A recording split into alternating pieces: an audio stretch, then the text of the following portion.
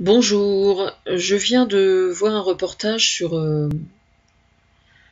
la ferme des 1000 vaches à Druka, près d'Abbeville. J'avais déjà travaillé sur le sujet. Je trouve pour ma part juste simplement scandaleux que l'agriculture, le ministère de l'Agriculture, aujourd'hui, là, moi qui en suis la conseillère et l'inspiratrice, ait autorisé un truc pareil. C'est vraiment symboliquement exactement tout ce que je déteste, quoi. C'est-à-dire l'industrie agricole. Alors déjà, il faut quand même savoir que le laitage, en règle générale, est quand même pas très bon pour la santé. Ça, c'est la première chose. Oui, je sais, ça fait mal, ou je pense, de l'entendre, sans vouloir être vulgaire, mais c'est pourtant la stricte vérité.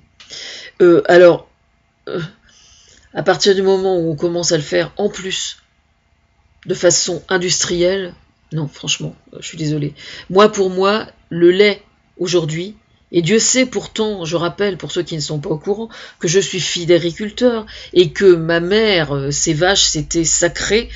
Donc, je vous dis pas à quel point c'est difficile pour moi déjà de devoir admettre que le laitage pose un problème au niveau santé publique déjà, hein, parce que le coup de nous faire gober les laitages, c'est uniquement pour promouvoir la vente du lait en France. Non, je suis désolée, c'est un peu comme si d'une certaine façon vous faisiez croire que l'alcool est bon pour la santé, vous voyez, c'est à peu près ça. Il y a énormément de gens qui ont des problèmes de santé à cause du lait. Voilà. Alors, soit, ça ne signifie pas qu'on ne doit plus produire de lait et plus produire de fromage. Je ne suis pas stupide, je sais très bien ce que ça représente au niveau de l'inconscient collectif déjà. Moi la première, quand je fais des crêpes, ma naturopathe m'a dit que c'était mieux de ne pas mettre de lait. Il faut reconnaître que des crêpes avec du lait, c'est quand même nettement meilleur quand on met du lait que quand on met que de l'eau, quand même, hein, quoi qu'on en dise. Voilà, simplement il ne faut pas en abuser, quoi. Et de toute façon, en règle générale, le fromage est bien meilleur à la santé que le lait. Donc on peut manger du fromage et en manger modérément et du bon. Voilà, c'est comme tout. Et ne pas en abuser. Alors par quoi remplacer le lait et les laitages? Eh bien vous pouvez le remplacer par des amandes, notamment, et les fruits secs. On trouve du calcium dans bien d'autres aliments. Il n'est pas obligatoire de boire du lait, contrairement à ce qu'on nous fait croire. Voilà. Alors là, oui, je sais, dans le style pavé dans la mare, il n'y a pas mieux, mais c'est quand même la vérité, donc je ne vais pas me priver, moi, pour dire la vérité. Hein. Déjà que je ne bénéficie d'aucune reconnaissance de qui que ce soit, je ne vais pas en plus fermer ma gueule, hein, je suis désolée. Hein. Il va falloir faire avec. Hein. Oui, c'est un peu brut de décoffrage, mais en ce lundi matin, je trouve ça tout à fait... Les amandes, c'est très bon pour la santé, les amandes, et ça ne présente aucun inconvénient. Voilà. Il y a plein d'autres sources de calcium. Pour en revenir à cette exploitation, moi je trouve ça juste profondément scandaleux. Et vraiment dégueulasse. Dégueulasse envers les autres agriculteurs, tout simplement.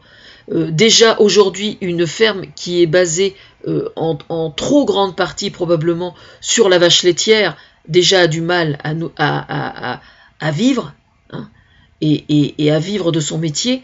Bon, moi je crois beaucoup dans l'agriculture, pour être tout à fait franc, je crois beaucoup au vieil adage qui dit ne pas mettre tous ses œufs dans le même panier. Hein. C'est juste une question de bon sens, hein, vraiment. Hein.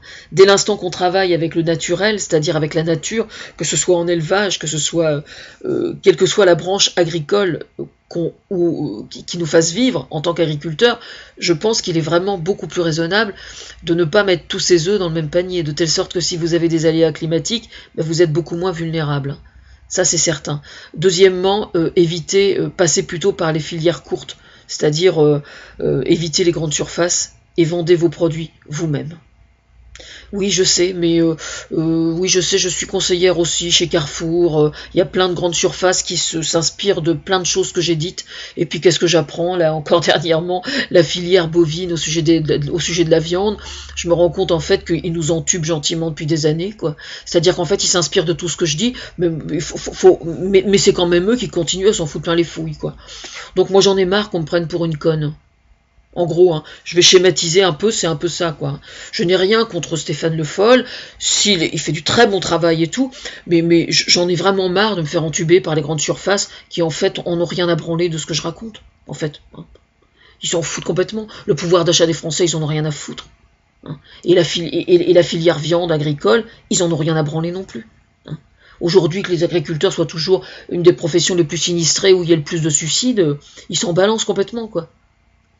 Moi, j'ai demandé il y a quelque temps un label locavore. Il est où? Hein.